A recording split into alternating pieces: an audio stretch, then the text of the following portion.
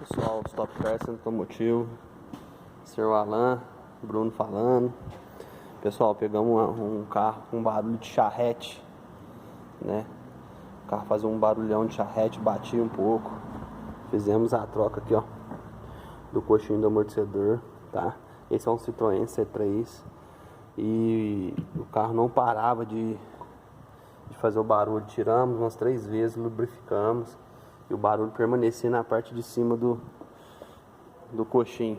Fomos ver, pessoal, como esse carro andou, né, muito tempo com o coxinho estourado, sem batente. Observando aqui, ó, batente novinho.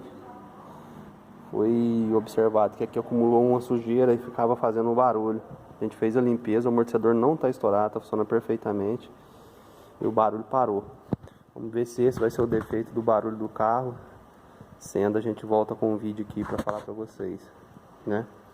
Mas tudo indica, depois de tanto sofrer com o barulho desse carro, tudo indica que o barulho era aqui, ó. Foi depositado muita sujeira, né? A gente tá lá limpando, lubrificando, e o barulho realmente sumiu.